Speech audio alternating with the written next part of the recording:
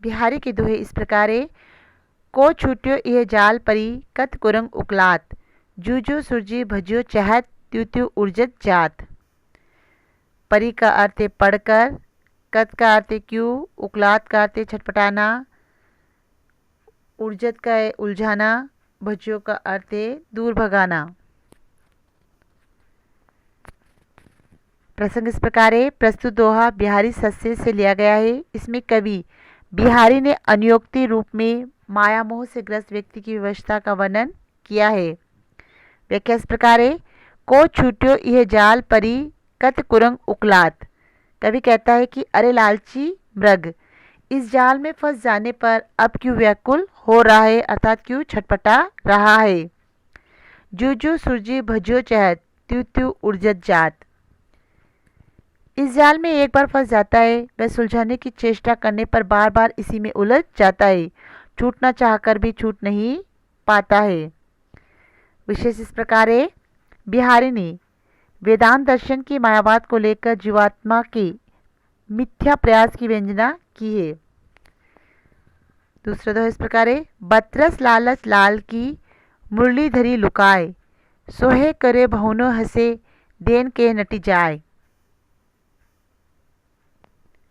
बतरस का अर्थ होता है बातें करने का आनंद, लाल होता है श्री कृष्ण, लुकाए का अर्थ होता है छिपाकर, नटी जाए का अर्थ होता है मना करती है या मना करना।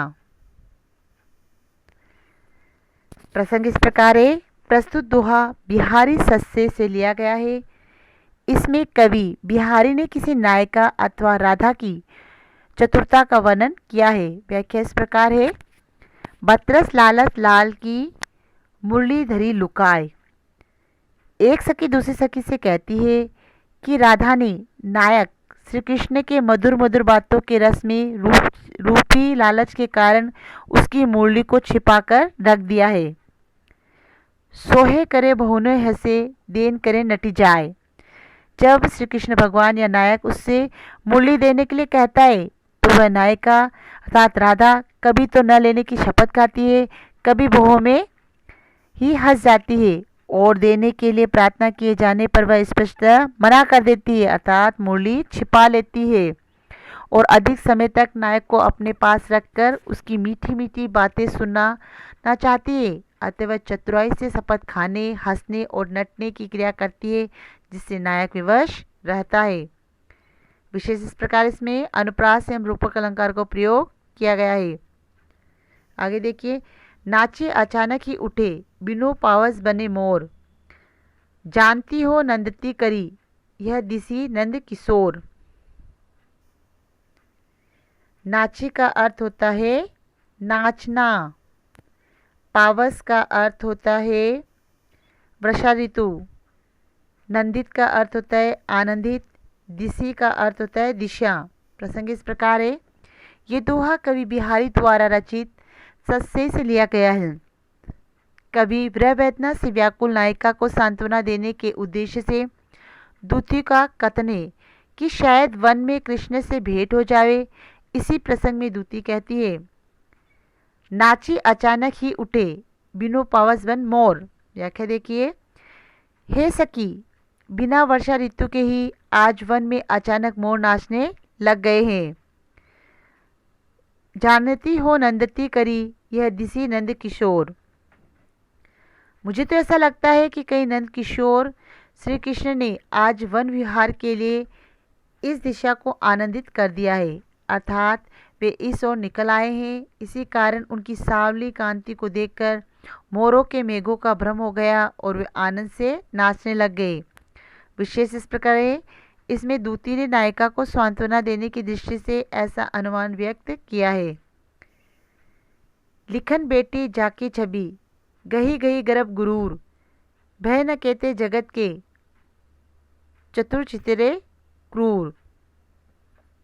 देखिए इसमें छवि का अर्थ होता है रूप सौंदर्य, क्रूर का अर्थ होता है अभिमान, क्रूर का अर्थ होता है मूर्ख, जगत होता है संसार, प्रसंग इस प्रकार है। प्रस्तुत दोहा कवि बिहारी द्वारा रचित सस्से से लिया गया है। इसमें नायिका के अप्रितम सौंदर्य का अतिशयोक्तिपूर्ण वर्णन किया गया है। व्याख्या इस प्रकार है। लिखन बेटी जाकी छवि गही गही गर्भ गुरूर। नायिका की सखी नायक से नायिका के अप्रितम सौंदर्य के विषय में कहती है कि बड़े बड़े प्रसिद्ध तथा चतुर चित्रकार उसकी सौंदर्य छवि का चित्र बनाने के लिए बड़े अभिमान के साथ आकर बैठ गए। भय न कहते जगत के चतुर चित्रे कूर, परंतु उसके सौंदर्य का सही अंकन न कर सकने के कारण मूर्ख बनकर लौट गए। अर्थात नायिका के नित्य परिवर्तन सौंदर्य का चित्र बनाना असंभव है। विशेष इस प्रकार है।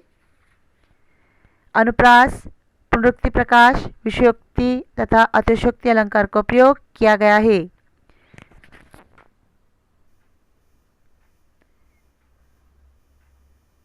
झीने पट में झुलमुली झलकती ओप अपार।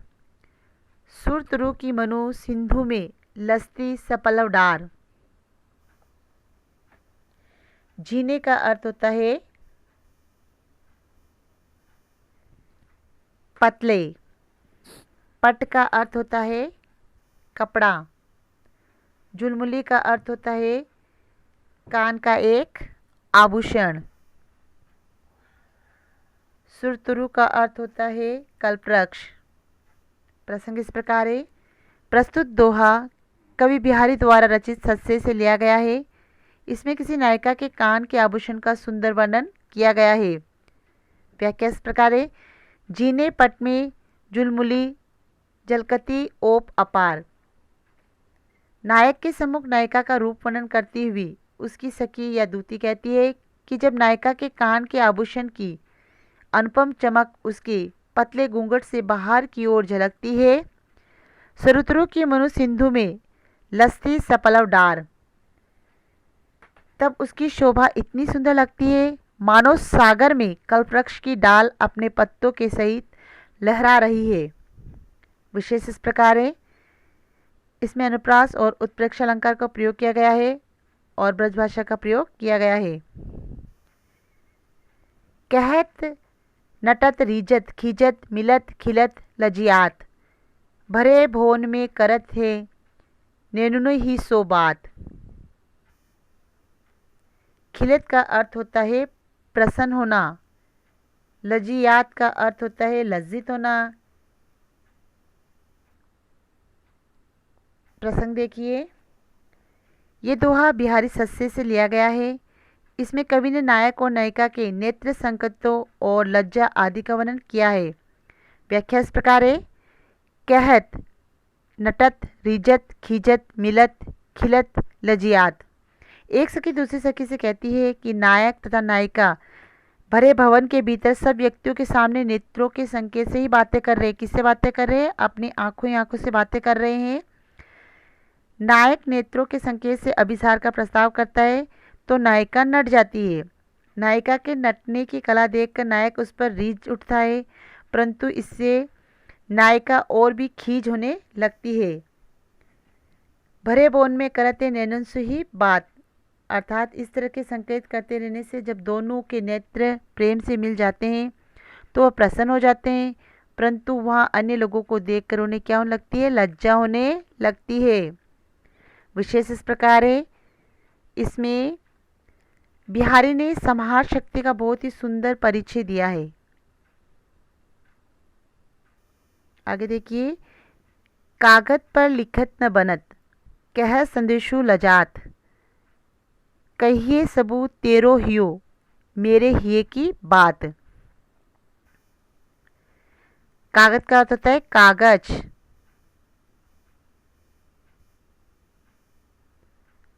लिखित का अर्थ होता है लिखते। लजात का अर्थ होता है लज्जा। हिये का अर्थ होता है हृदय। प्रसंग इस प्रकार है। ये दोहा बिहारी सस्से से लिया गया है। इसमें नायिका के आदर्श प्रेम भावना के स्वरूप का वर्णन किया है। व्याख्या इस प्रकार है। कागज पर लिखत न बनत कहत संदेशु लजात। विरहणी नायिका आत्मकंथन चिंतन रूप में मनोभाव प्रकट करती हुई मुझसे कागज पर कुछ लिखा नहीं जा रहा है। नायिका कहती है कि मुझे कागज पर कुछ लिखा नहीं जा रहा है लज्जा के कारण। कुछ संदेश भी नहीं कहा जा रहा है। कहिए सबूत तेरो हियो मेरे हे की बात। वैसे तुम्हारे हृदय में मेरे हृदय की सब बात कह देगा। अर्थात मेरी दशा का तुम्हें अपनी हृदय की अनुभूति से पता चल रहा होगा। विशेष इस प्रकार है, इसमें यमक और विरोधाभास अलंकार है। कहत सबे बेंदी दियो अंकु दुष्गुणो होतु तिये लीलार बेंदी दिए अग्नितु बढ़तु उदतु। बेंदी का अर्थ होता है बिंदी। अंकु का अर्थ होता है अंक। लीलार का अर्थ होता है मस्तक या ललाट। प्रसंग इस प्रकार है। ये दोहा कवि बिहारी द्वारा रचित सस्से से लिया गया है। इसमें नायिका की मुख शोभा का वर्णन किया गया है। व्याख्या इस प्रकार है। कहत सबे बेंदी दियो अंकु दसगुणो होतु। नायिका की सखी या दूती नायिका से कहती है कि सब लोग ऐसा कहते हैं कि किसी भी अंक के सामने बिंदी रख देने से उसका मान 10 गुना बढ़ जाता है। बिंदी रख देंगे तो उसका मान कितना गुना बढ़ जाएगा? 10। तिये लीलार बेंदी दिए अग्नितु बढ़तु उदोतु। किंतु उस नायिका के ललाट पर बिंदी लग जाने से अनंत गुणा प्रकाश होने लगता है, अर्थात उसका सौंदर्य अतिशय बढ़ जाता है। सौंदर्य वृद्धि में गणित का नियम काम नहीं करता है। विशेष प्रकार है। अंक के आगे बिंदी या शून्य लगाने से उसका मान 10 गुना बढ़ जाता है। ये सामान्य कथन है। डीटी न परतु समान दूती कनक कनक से घात भूषण करे करकस लगत परसी पिछाने जात। इसमें डीटी का अर्थ है दृष्टि, कनक का अर्थ है सोना, भूषण का अर्थ है आभूषण। प्रसंग इस प्रकार है। ये दोहा बिहारी सस्से से लिया गया है। इसमें नायिका के शरीर की सुंदर क्रांति का वर्णन एम बिहारी ने चमत्कारपूर्ण ढंग से किया है। व्याख्या इस प्रकार है। डीटी न परतु समान दूती कनक कनक से घात। कवि वर्णन करते हुए कहता है कि नायिका के शरीर का गौर वर्ण बिल्कुल सोने जैसा है। इसलिए शरीर पर दृष्टि पड़ते समय पहचानना नहीं क्या कि कहाँ सोने का आभूषण है, कहाँ सोने का आभूषण है और कहाँ शरीर की चमड़ी है। सोने के आभूषण से भूषण कर कर्कश लगत परसी पिछाने जात। सोने के आभूषण हाथ से स्पर्श करने पर कठोर लगते हैं, अतः केवल स्पर्श करके ही पहचाना जा सकता है कहाँ आभूषण है और कहाँ नायिका के सुकोमल अंग। विशेष इस प्रकार है। इसमें नायिका के गोरे रूप का अतिशयोक्तिपूर्ण वर्णन किया गया है। आगे देखिए। अंग अंग नग जगमगत दीप सिका सी दहे दिया बढ़ाए हूँ रहे बड़े उजियारो गहे। नग का अर्थ होता है नगीना। दीप सिका दीप की लो अर्थात दीपक की लो। दिया होता है दीपक। बड़ों का अर्थ होता है बड़ा। उजियारों का अर्थ होता है प्रकाश। प्रसंग इस प्रकार है। प्रस्तुत दोहा कवि बिहारी द्वारा रचित सस्से से लिया गया है। इसमें कवि ने नायिका का नक्शिक वर्णन किया है। एक सखी नायिका के पास जाकर अपनी प्रिय सखी नायिका के सौंदर्य का वर्णन करती हुई कहती है। व्याख्या इस प्रकार है। अंग अंग नग जगमगत दीप सिक्का सी दहे। नायिका की शारीरिक क्रांति का अत्यधिक सुंदर है। उसके अंग प्रत्यंग पर नग नगीनों से जड़ित आभूषण है जिनकी कांति से उसका शरीर दीपशिखा के साथ समान चमक रहा है। दिया बढ़ाए हूँ रहे बड़ो उजियारो गेहे। इसी कारण उनका शरीर घर में दीपक बुझाने पर भी अत्यधिक प्रकाश फैलाता रहता है। भाव यह है कि नायिका के सुंदर चमचमाते आभूषणों की कांति से घर में प्रकाश फैलता रहता है। विशेष इस प्रकार है, इसमें उपमा तथा अतिशयोक्ति अलंकार है।